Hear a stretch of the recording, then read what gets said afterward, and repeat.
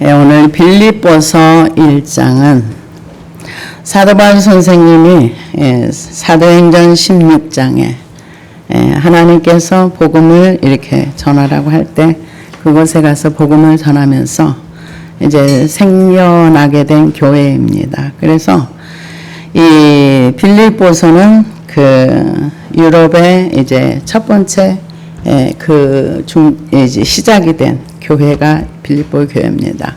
근데 우리나라에서도요, 우리나라의 최초에 세워진 교회가 소래교회입니다. 소래교회인데요, 우리 한국 땅에 선교사님들이 와서 세운 게 아니라,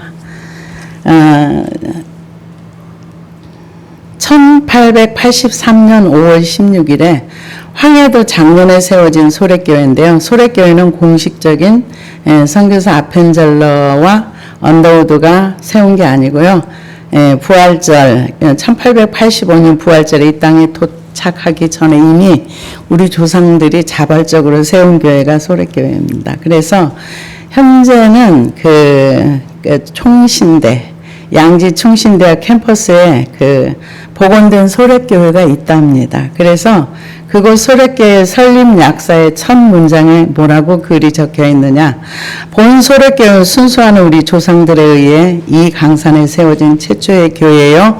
한국교회의 뿌리가 되는 교회입니다. 이렇게 얘기를 했는데, 이 교회를 우리나라에 처음 세운 사람은 한국인 서상윤입니다. 이 서상윤이라는 사람이 본래 만주와 조선을 오가면서 인삼장사를 하던 상인이었는데, 그가 30세 되던 해 1878년 만주에 장사하러 갔다가 열병에 걸려서 죽을 위기에 처해 있는데, 그때 선교하던 그곳에서 선교하던 조선 선교에 관심을 많이 가졌던 영국 선교사 존 로스와 맥킨타이어를 만납니다. 그래서 그 두 분을 통해서 이제 병을 고침을 받고 세례를 받고 그 후에 존 로스를 도와서 성경 번역에 일을 합니다. 그래서 선교사님들이 들어오기 전에 성경 번역이 먼저 돼가지고 우리 이렇게 몰래 이제 1885년에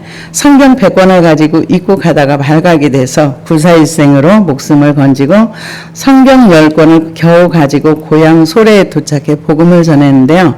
1884년 존 로스가 배편으로 보낸 성경 6,000권을 받고 본격적인 전도를 시작합니다. 그러니까 불과 58세대 정도인 이 마을에 곧 20명의 세례자가 탄생하고 이 땅의 최초의 교회 소래교회가 지금 시작이 되었고, 그 후에 선교사님들이 이제 이 땅에 이제 들어오는 것처럼 유럽 최초의 교회도 빌립보 교회입니다. 그래서 이 서상윤이라는 인삼장사 하시는 분이 가서, 그러니까 복음을 가지고 있는 선교사님들과 만남으로 인해서 자기 생명이 이렇게 살림을 받고, 그러고 나서 이제 교회를 세웠던 것처럼, 사도행전 16장에 보면은 6절에 보면은 성령이 아시아에서 말씀을 전하지 못하게 하시거늘 그들이 부르기아와 갈라디아 땅으로 다녀가 무시의 앞에 이르러 비두니아로 가고자 애쓰되 예수의 영이 허락하지 아니하시는지라. 무시아를 지나 두로아에 내려갔는데 밤에 환상이 바울에게 보이니 마게도니아 사람 하나가 서서 그에게 청하여 이르되 마게도니아로 건너와서 우리를 도우라 하거늘 바울이 그 환상을 보았을 때 우리가 곧 마게도냐로 떠나기를 힘쓰니 이는 하나님이 저 사람들에게 복음을 전하라고 우리를 부르신 줄을 인정함이라. 그리고 마게도냐를 갑니다. 그래서 마게도냐를 가가지고 이제 회당을 찾았는데, 회당에 이제 유대인들은 회당에 가서 이제 말씀도 가르치기도 하고 배우기도 하는데 없었어요. 그래서 바닷가를 이제 거닐다가 여기에서 이제 회당에 가서 보통 기도를 하는데 없으니까 어디로 갔느냐 하면은 13절입니다. 안식일에 우리가 기도할 것이 있을까요? 문밖 강가에 나가 거기에 앉아서 모인 여자들에게 말하는데, 두아디라시에 있는 자색옷감 장사로서 하나님을 섬기는 누디아라 하는 한 여자가 말을 듣고 있을 때 주께서 그 마음을 열어 바울의 말을 따르게 하신지라. 그러니까 그 마게도냐 사람 우리를 와서 도와줘. 그래서 그 환상을 따라서 마게도냐 빌립보 젖성에 이르는데 유대인들이 있는 회당을 찾아보니까 없으니까 바닷가 가가지고 강가에서 기도를 하려고 하는데 여자들이 모여 있는데 그들의 여자들에게 복음을 전합니다. 그게 루디아, 그러니까 여성 사업가였죠. 그때 당시에 그 자색 옷감을 만드는 거는 자색 옷은 이때 아무나 입는 게 아니라 왕족이나 이렇게 부유한 사람들이 입었기 때문에 큰 사업가인 거죠. 근데 하나님이 그 마음을 열어서 복음을 받아들이게 하시고 거기서 최초의 교회가 빌립보 교회가 시작이 되는 거예요. 그러니까 이 복음의 시작은 많은 사람이 듣기도 하지만 정말 한 사람이 복음을 잘 받아들이면 그를 통해서 복음의 역사가 엄청나게 퍼져나가는 거죠. 그러고 나서 거기에서 왔다 갔다 하면서 이제 전도를 하는데 어느 날 길을 가는데 귀신 들린 여자 하나가 뭐라 그래요? 이 사람은 너희에게 구원의 길을 알려주는 사람이다. 그러면서 소리를 지릅니다. 17절에 보니까 그가 발과 우리를 따라와 소리를 질러 이르되 이 사람들은 지극히 높은 하나님의 종으로서 구원의 길을 너희에게 전하는 자라 하며 이같이 여러 날을 하는지라. 바울이 심히 괴로워하여 돌이켜 그 귀신에게 이르되 예수 그리스도의 이름으로 내가 내게 명하노니 그에게서 나오라니 귀신 즉시 나오니라. 무리가 일제히 일어나 고발하니 상관들의 옷을 찢어벗기고 매로 칠하여 많이 친 후에 옥에 가두고 간수에게 명하여 든든히 지키라 하니 그가 이러한 명령을 받아 그들을 깊은 옥에 가두고 그 발을 착고에 든든히 채웠더니 그러고 나서 이제 거기에서 찬송을 부릅니다. 찬송을 부를 때 옥터가 움직이면서 이제 그 옥문을 지키던 사람이 자살하려고 할 때 아니다, 우리 도망가지 않았다. 그랬을 때 그 간수가 말해요.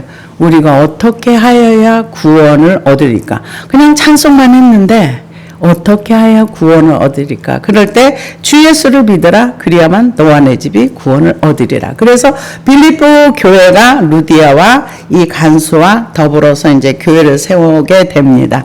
이게 이제 빌립보서의 시작이라고 볼 수가 있습니다. 그런데 우리는 귀신들이 복음을 전하면은 귀신들이 예수 그리스도에 대해서 알아요. 그런데 귀신들도 이분이 제대로 예수를 믿는 사람인지 안 믿는 사람인지 귀신들도 잘 알아요.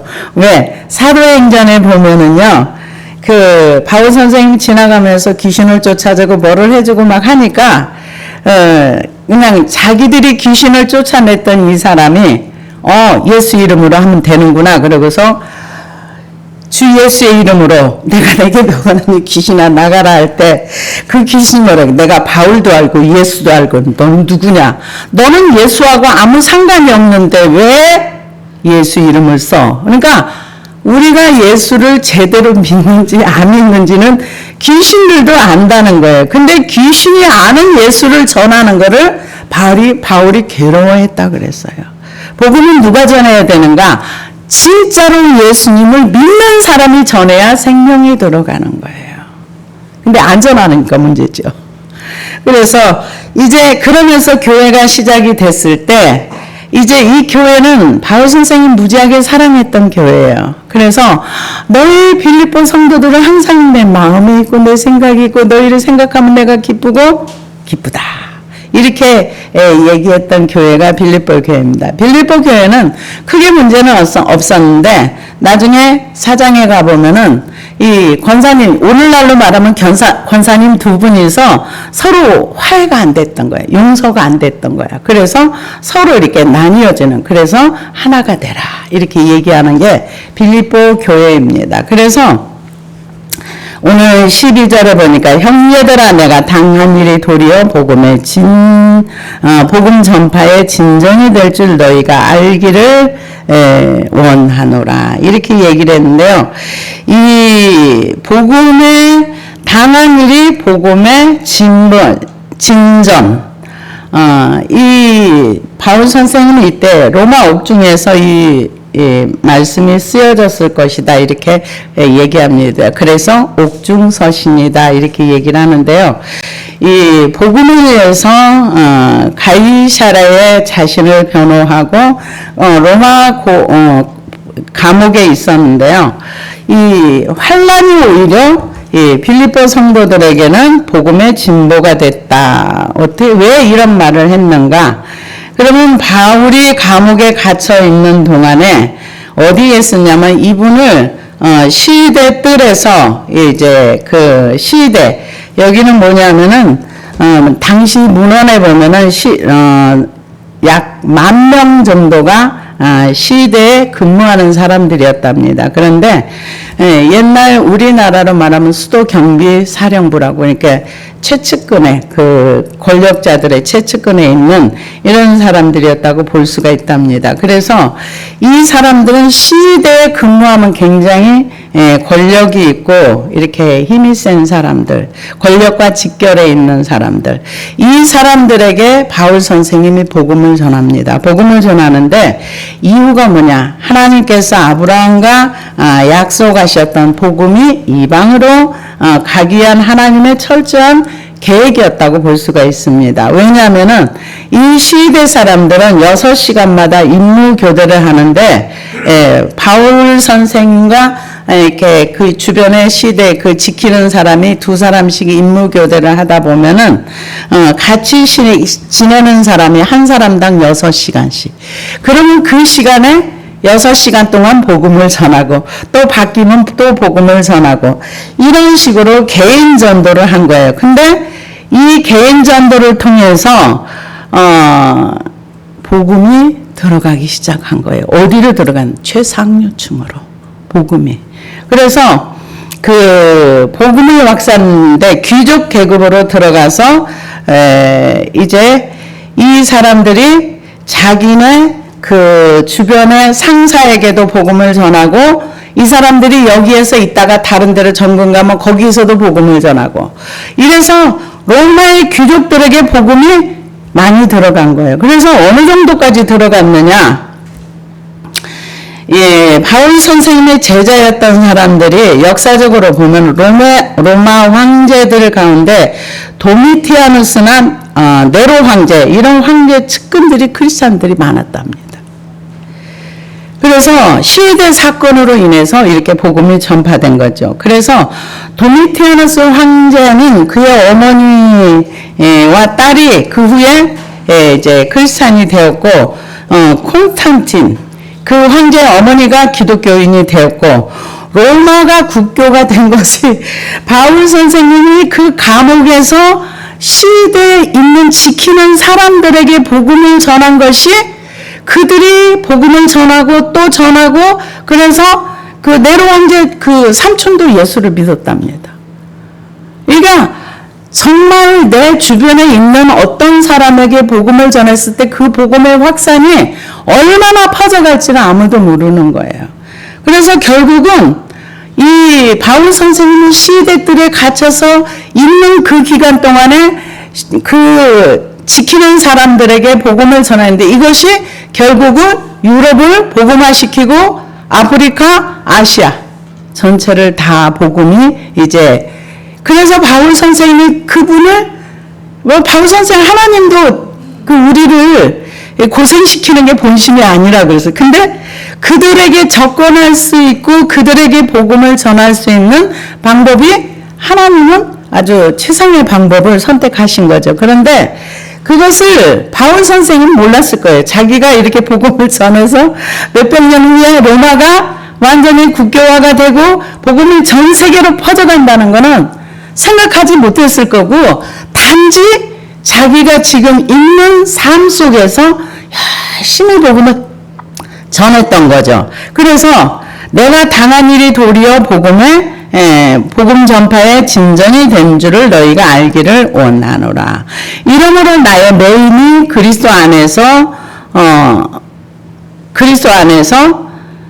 모든 시대함과 그 밖의 모든 사람에게 나타났으니. 그러니까 바울 선생님이 매여 있고 묶여 있는 거가 시대에 있는 사람들에게 전한 복음들이 고위층으로도 흘러가고 주변의 친구들에게도 흘러가고. 왜 우리가 그렇잖아요. 물건 싸고 좋은 거 사면 야 거기 가면 좋은 거 많아. 그 가봐. 너가 뭘 먹어봤더니 참 맛있어. 너도 먹어봐. 사주지 않아도 말로라도 이렇게 하잖아요. 그런 것처럼 정말 내가 천국이 있다고 믿어진다면 지옥 가는 영혼을 저는 모른 척 할 수 없다고 생각을 해요. 정말 믿어진다면, 정말 지옥이 믿어진다면 모르는 사람이라도 불에 들어가면 끄집어내려고 하죠. 그런 것처럼 바울 선생님은 가는 곳마다 복음을 전하셨어요. 그래서 모든 사람에게 나타났다는 거예요. 형제 중 다수가 나의 매임으로 말미암아 주 안에서 신뢰함으로 겁없이 하나님의 말씀을 더욱 담대히 전하게 되었느니라. 그러니까 바울 선생님 감옥에서도 복음을 전한다. 이 소식을 들으니까 밖에 있는 사람들은 더욱더 힘내가지고 아니 감옥에서도 복음을 전하는데 나도 해야지. 그러면서 담대하게 복음을 전했다는 거예요. 그래서 어떤 이들은 투기와 분쟁으로, 어떤 이들은 착한 뜻으로 그리스도를 전파하니. 투기와 분쟁으로 전했다는 얘기는 이제 바울은 끝났어. 감옥에서 지가 복음 전해봤자 얼마나 전하겠어. 이제 바울의 자리를 내가 차지해야지. 내가 전도 많이 해가지고 바울을 능가하는 사람이 돼야지. 사람들은요, 자기를 드러내기 위해서 많은 돈을 씁니다. 많은 노력을 합니다. 근데 이분들은 복음을 전해서 바울을 능가하고 자기를 드러내려고 이렇게 생각을 했던 것 같아요. 그래서 어떤 이들은 투기와 분쟁으로, 어떤 이들은 착한 뜻으로 그리스도를 전파하나니 이들은 내가 복음을 변증하기 위하여 세우심을 받은 줄을 알고 사랑으로 하나. 어떤 사람은 정말로 사랑으로 하는 거예요. 저 영혼 지옥 가면 안 돼. 아무도 가면 안 되는 지옥이야.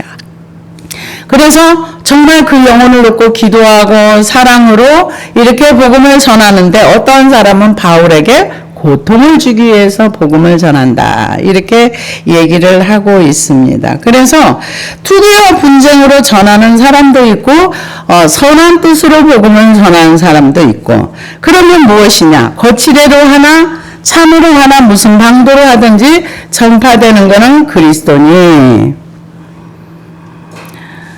이로써 나는 기뻐하고 또한 기뻐하리라. 왜요? 복음이 전파돼가지고 영혼이 구원받는다는 게 기쁘다는 거죠. 어디에 있어도, 감옥에 있어도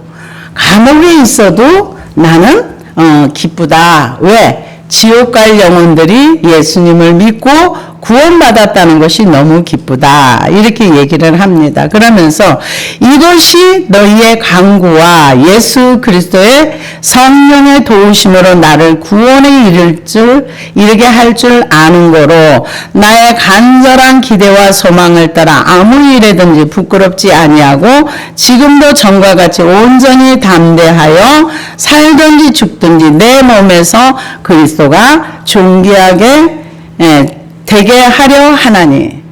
왜 이런 얘기를 합니까? 성령의 도우심으로 자기가 어떤 기대를 가지고 있느냐. 나는 죽든지 살든지 나를 통해서 누가 드러나는가? 그리스도가 드러나는 거예요. 이거는요, 자기가 부인되지 않으면 어려운 거예요.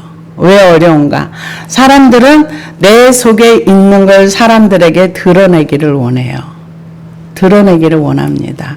그래서 많은 사람들이 하나님 앞에 헌금을 드리고도 이제 자기 이름이 드러나기를 원하고 또 문화 자체가 이만큼 드려가지고 이만큼 복을 받았다. 이것을 강조하기 위한 것도 있습니다. 그러나 이 자기가 예수 그리스도와 함께 죽고 없어지면은 자기가 드러나는 것이 아니라 예수님이 주인이기 때문에 예수님만 드러나는 거예요. 그래서 갈라디아서 2장 19절에 보니까 내가 율법으로 말미암아 율법에 대하여 죽었나니 이는 하나님에 대하여 살려 함이라. 내가 그리스도와 함께 십자가에 못 박혔나니 그런즉 이제는 내가 사는 것이 아니요 오직 내 안에 그리스도께서 사시는 것이라. 이제 내가 육체 가운데 사는 것은 나를 사랑하사 나를 위하여 자기 자신을 버리신 하나님의 아들을 믿는 믿음 안에서 사는 것이라. 누가 믿음이 있는가? 그리스도와 함께 죽고 그리스도와 함께 다시 산 사람. 그런데 오늘날의 그 현실에 복음이 많이 왜곡되었습니다. 하나님에 대한 인식이 별로 없어요. 그러다 보니까 하나님을 두려워하는 마음도 없어요. 그냥 내 생각대로 내 뜻대로. 그래서 이렇게 이제 얘기를 듣다 보면은 회개는 한 번만 하면 된다고 하는 사람도 있어요. 어떤 회개? 한 번만 내가 가는 길에서 딱 돌이켜서 예수 믿기로 결정했으면 그것이 다다. 이렇게 말하는 경우도 있습니다. 그러면은 갈라디아서 2장 19절에 있는 말씀은 빼야 되는 거예요. 왜? 죄를 회개하고 자아가 죽지 않으면은 그리스도가 주인 되기가 어려워요. 그러기 전에는 모두가 다 내가 주인이에요. 그래서 나의 영광을 위해서 돈도 쓰고 희생도 하고 뭐도 하고 나를 드러내기 위해서 많은 사람들이 많은 노력을 합니다. 그런데 바울 선생님은 율법에 대하여 자기가 죽었다. 그리고 그리스도와 함께 자기가 십자가에 못 박혔다. 십자가에 못 박혔다는 것은 죄가 죽었다는 얘기예요. 죄가 죽었다는 얘기예요.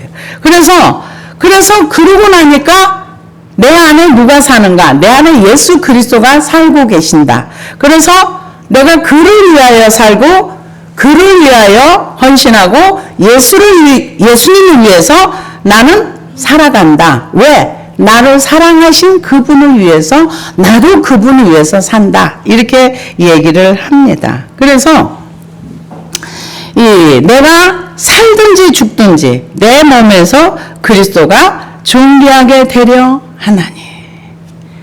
내 자아가 살아있으면 나를 위해 살아야 되는 거예요. 나를 위해 영광을 찾아야 되고. 근데 바울 선생님은 자기는 죽었다. 그리스도와 함께 죽었다. 그래서 그리스도가 내 몸에서 존귀하게 되게 하려 하나니. 이는 내게 사는 것이 그리스도니 죽는 것도 유익하니라. 그러니까 내가 살면은 복음을 전해서 생명을 살리고 죽어서 하나님 앞에 드려진다면 그것도 감사한 일이고. 그래서 고린도후서 5장 8절에 보니까 우리가 담대하여 원하는 바는 차라리 몸을 떠나 주와 함께 있는 그것이라. 그런즉 우리는 몸으로 있든지 떠나든지 주를 기쁘시게 하는 자가 되기를 힘쓰노라. 이는 우리가 다 반드시 그리스도의 심판대 앞에 나타나게 되어 각각 선악간에 그 몸으로 행한 것을 따라 받으려 함이라. 그러니까 이 땅에서 몸을 떠나든지 몸에 있든지 그거는 중요하지 않다는 거예요. 어떤 사람이 되는 게 중요한가? 예수 그리스도를 기쁘게 하는 것. 우리는 보통은 나를 기쁘게 하려고 해요.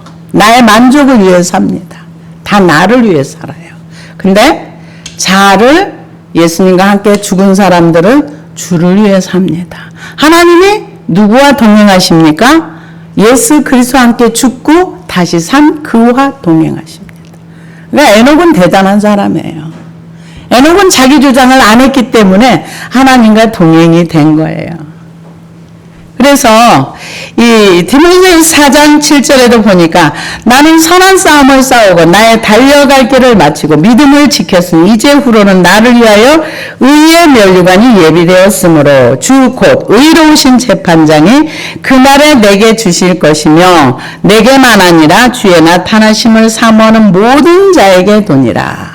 그러니까 그리스도와 함께 죽고 같이 산 사람들은 달려갈 길을 마치고 나면은 하나님께서 믿음을 버리지 않는다면 그 사람에게는 의의 면류관이 주어진다. 성경은 이렇게 우리에게 얘기합니다. 그래서 많은 사람들이 자기가 이 땅에서 영광받고 천국에 가서도 영광을 받으려고 해요. 그러나 천국의 영광을 위한다면 이 땅의 영광은 다 버려야 되는 것입니다. 그래서 이는 내가 사는 것이 그리스도니 죽는 것도 유익하니라.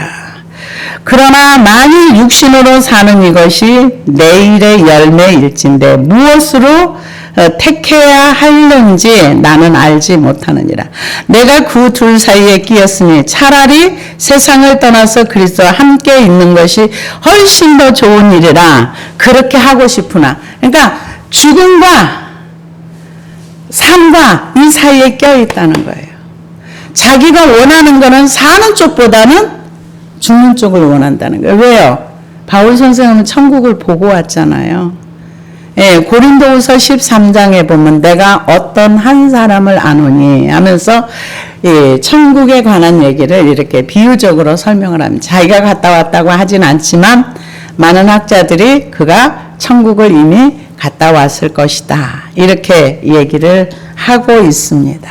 그래서 자기는 살아도 죽어도 주를 위하여 사는 것이니까, 근데 끼어있다 그랬어요. 자기 육체를 생각하고 육체의 고통을 생각하면은 차라리 죽는 게 나은데, 그런데 살아있는 이 빌립보 교회나 또 다른 사람들에게 복음을 전하기 위해서는 내가 육체가 있어야 돼. 껴있다고 말을 합니다. 그래서 훨씬 더 좋은 일이라, 세상을 떠나서 그래서 함께 있는 것이 훨씬 더 좋은 일이라 그렇게 하고 싶으나, 그러니까 죽음을 이미 뛰어넘은 사람이에요. 죽음이 두렵지 않은 거죠. 그래서 그렇게 하고 싶으나 내가 육신으로 있는 것이 너희를 위하여 더 유익하리라. 왜요? 복음을 이제 초보에 시작을 했으면은 이 믿음이 성장하는 데는 시간이 필요합니다. 아이가 태어났다고 금방 어른이 뚝 되는 게 아닌 것처럼 우리가 복음을 받아들이고 나서 성장하는 과정이 필요해요. 근데 중간에 성장하지 않는 경우도 되게 많습니다. 그래서 성장하는 데는 이 바울 선생님 자신을 유모라고 표현했던 것처럼 이렇게 간섭과 성김과 가르침과 이런 것들이 필요한 거예요. 성장하지 않는 사람들은 그런 게 필요 없는 거죠. 그냥 난 구원받았어, 이걸로 끝. 내가 성장하고 있는지 안 하고 있는지, 내가 주님과 함께 있는지 안 하고 있는지 모르는 거죠. 제가 전에 한번 그렇게 이제 우리 같은 이제 어떤 목사님들의 모임이 있었는데, 거기에서 그분이 자기는 불을 받았대요. 불을 크게 받아가지고 모든 성경이 다 믿어지고 다 이렇게 해서 뜨거웠었대요. 근데 왜 뜨거웠었대요야? 그건 내가 물어봤어요. 그랬더니 근데 지금은 없어 그러더라고. 그러면 다시 달라고 하세요. 제가 그랬어요. 그랬더니 뭐 지금 잘 살고 있는데 뭐 그냥 그러고 말더라고요. 그래서 우리가 하나님에 대한 뜨거운 마음이 항상 있어야 되는 거예요. 왜 그럴까요? 우리가 출애굽기를 보면은요, 구원받았을 때 이스라엘 백성 한 번밖에 노래하지 않았어요.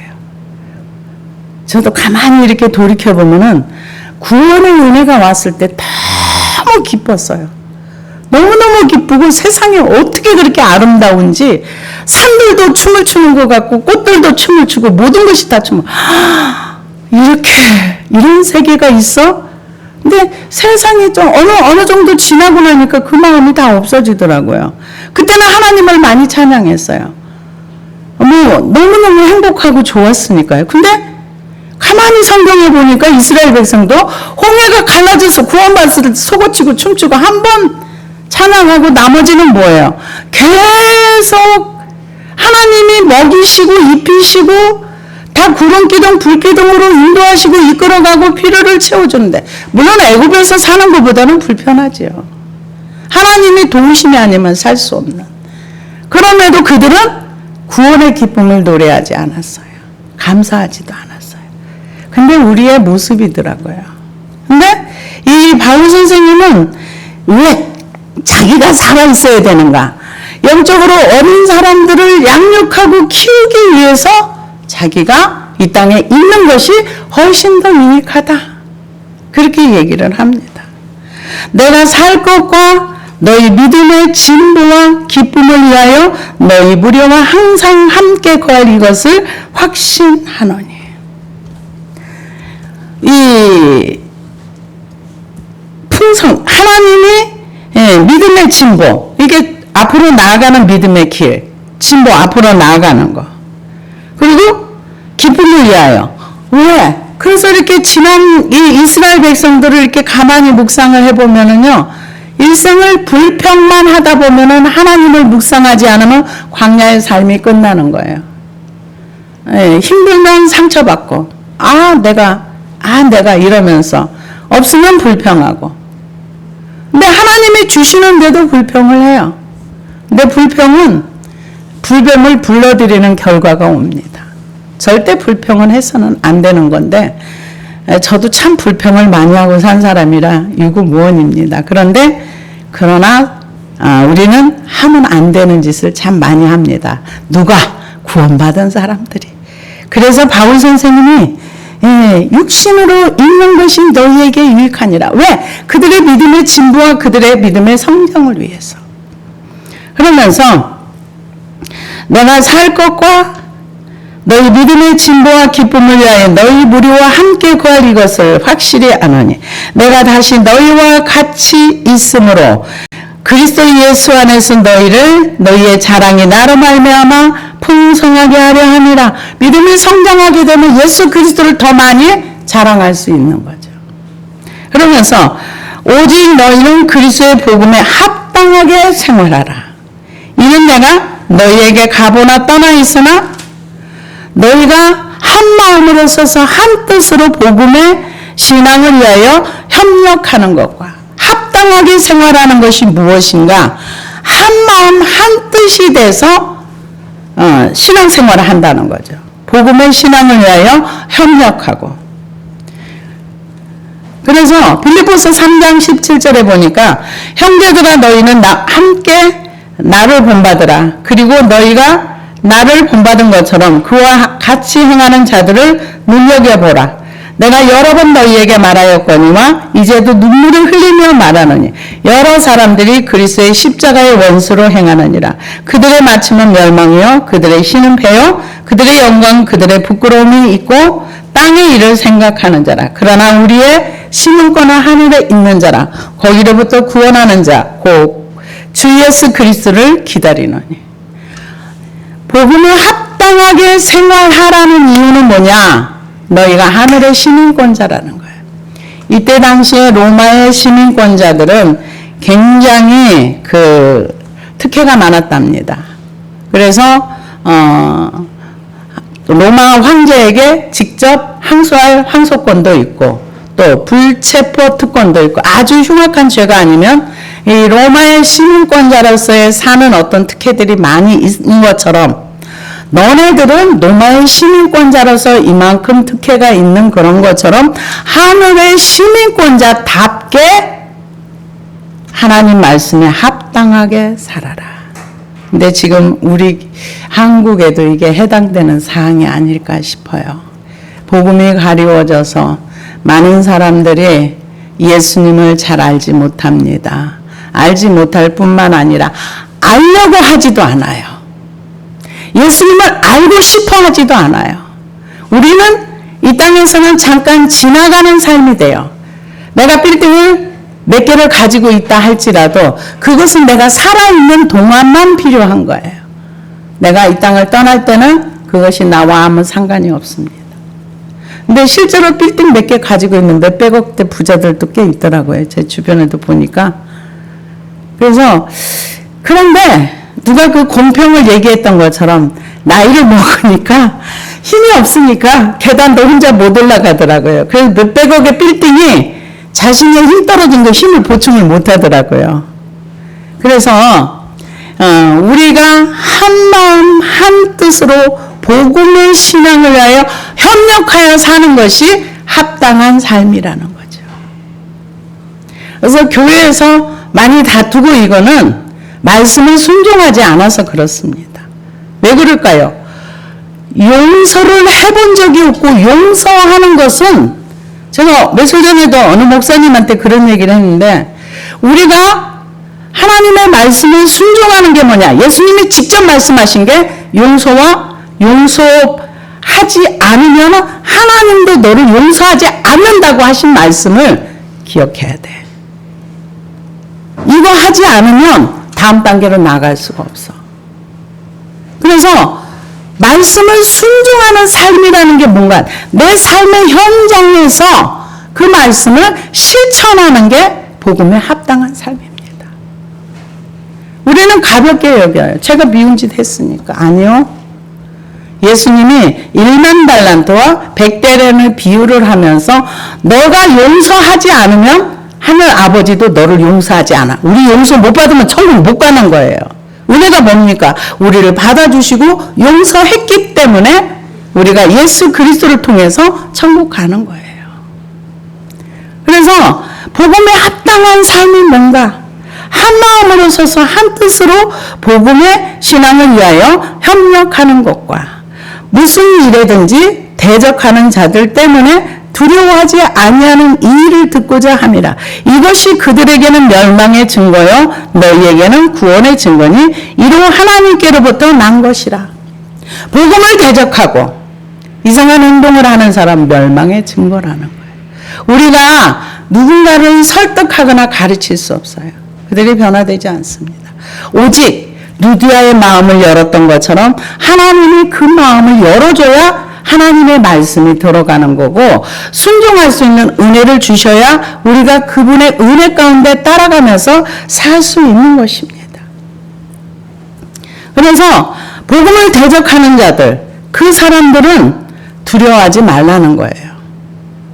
나는 말씀을 순종하는데 나를 대적하고 나를 미워하는 사람이 있다면 두려워하지 말아라. 그 얘기를 하고 있습니다. 그래서 그들에게는 그것이 멸망의 증거고 복음을 믿고 순종하고 복음을 전하고 서로 합력하는 그거는 구원의 증거라는 거예요. 말씀은 희미하지 않습니다. 정확합니다. 그래서 그리스도를 위하여 너희에게 은혜를 주신 것은 다만 그를 믿음 뿐 아니라 또한 그를 위하여 고난도 받게 하려 하심이라.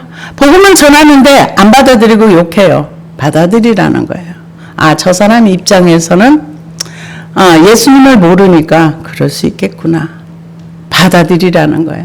우리가 받아들이는 거가요 참 잘 안 됩니다. 나와 다른 생각을 가진 사람 받아들이기 어려워요. 내 틀에 맞지 않는 사람 받아들이기 어려워요. 근데 성경은 그들은 하나님께서 멸망의 증거로서 그러한 삶을 사니까 그들은 그대로 두고 너는 똑바로 살아. 뭘 똑바로 살아? 복음에 합당한 삶을 살아. 우리에게 얘기해주고 있습니다. 요즘 시대에 만약에 복음 성경 있는 그대로를 전하면은 다 이상하게 볼 수 있어요. 회개하라 그러면 회개 한 번만 하면 되는데 뭘 회개 자꾸 하라 그래? 이러고요. 죄 얘기하면 죄는 이미 예수님이 십자가에 다 해결했는데 뭘 또 죄 얘기를 해? 이러면서 불편해하는 것이 참된 복음입니다. 그러나 우리는 성경에 기록된 말씀을 그대로 믿고 그대로 받아들이고 내가 받아들이지 못하는 것들은 나를 깨트리고 나를 부서뜨려서 그럴 수 있구나. 몰라서 그렇지. 진짜로 몰라서 그러는 경우 많습니다. 사람들이 왜 성장하지 못할까요? 몰라서요.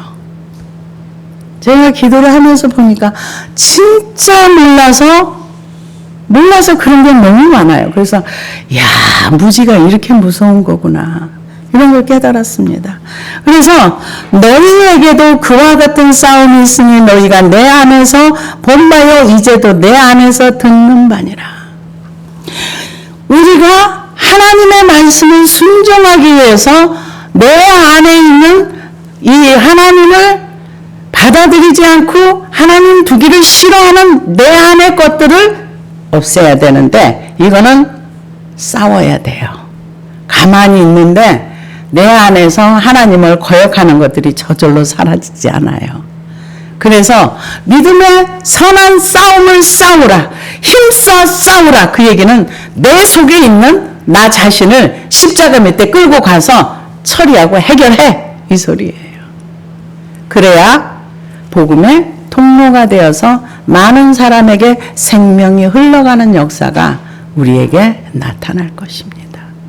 그래서 바울 선생님이 이 빌립보 성도들이 하나님을 잘 믿고 잘 자라고 잘 하고 있는데도 이 편지를 보낸 것은 이 빌립보 교회는 바울 선생님의 선교 헌금도 긴 시간을 보냈어요. 감옥에 있을 때도 보내고 또 에바브로도 또 이렇게 해서 많이 물질로 선교사도 도와주고 이런 일을 참 많이 했어요. 많이 해서 바울 선생님 뭐라 그러는가 1절에 아니 저기 좀 보다 보면은 너희는 내 마음에 있어.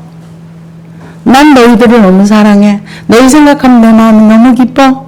빌립보 성도들을 참 많이 사랑했던 바울 선생님이 그들에게 주는 메시지입니다. 우리에게도 주시는 메시지. 복음에 합당하게 하늘의 시민권자답게 이 땅을 살아가. 그런데 우리 주변에 보다 보면 복음을 대적하고 하나님을 멀리하면서 오히려 말씀대로 살려고 하는 우리를 이상하게 쳐다볼지라도 그들은 하나님이 해결할 거니까 우리는 이것을 확실하게 믿고 따라가면서 복음 전에 이 얘기라고 볼 수가 있습니다. 기도하시겠습니다.